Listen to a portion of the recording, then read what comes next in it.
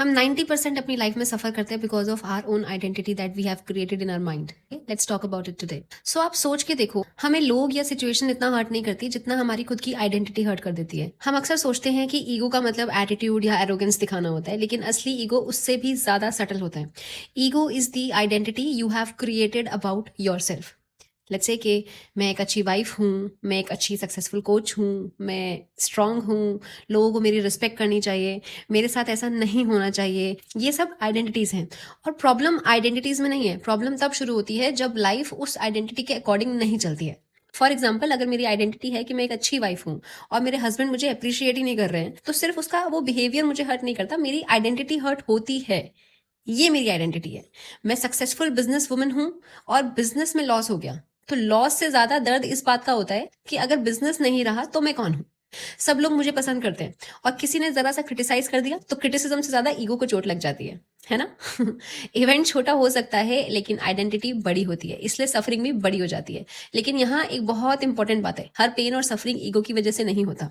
इसलिए हमें सबसे पहले ऑब्जर्व करना सीखना पड़ेगा। अगर किसी ने एक बार क्रिटिसाइज किया, लेट्स से, क्या मुझे इसलिए इतना हर्ट हुआ क्योंकि मेरी एक आइडेंटिटी है कि लोगों को हमेशा मेरी तारीफ करनी चाहिए, या फिर वो इंसान जेन्युइनली मुझे डिसरिस्पेक्ट कर रहा है और मुझे यहाँ पे अपनी बाउंड्री सेट करनी चाहिए। दोनों सिचुएशन अलग है। एक जगह हमें अपनी ईगो को देखना है, दूसरी जगह हमें अपनी हेल्दी बाउंड्री सेट करनी है। Because real wisdom is knowing the difference. Okay, जब हम अपनी आइडेंटिटी को ऑब्जर्व करना शुरू कर देते हैं तब हम रिएक्शन से नहीं, अवेयरनेस से डिसीजन लेते हैं और धीरे धीरे हम एक रियलिटी में, एक एक्सेप्टेंस में आ जाते हैं कि पेन लाइफ का पार्ट है, लेकिन बहुत बार suffering is simply the ego trying to protect an identity that you have created in your mind.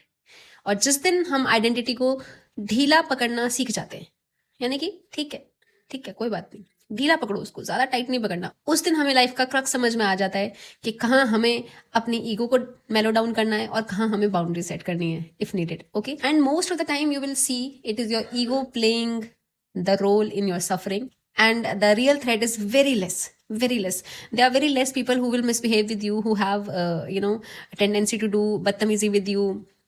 Very less people. Most of the time we are getting triggered because of our own identity, our own ego, our own mindset that we have created for ourselves. So this is where you have to work. So you work with your identity, start bringing that awareness in you that whether it is my identity who is creating my suffering or is there a real time threat in my life. So with this coaching advice, see you soon. Sayonara. Bye bye.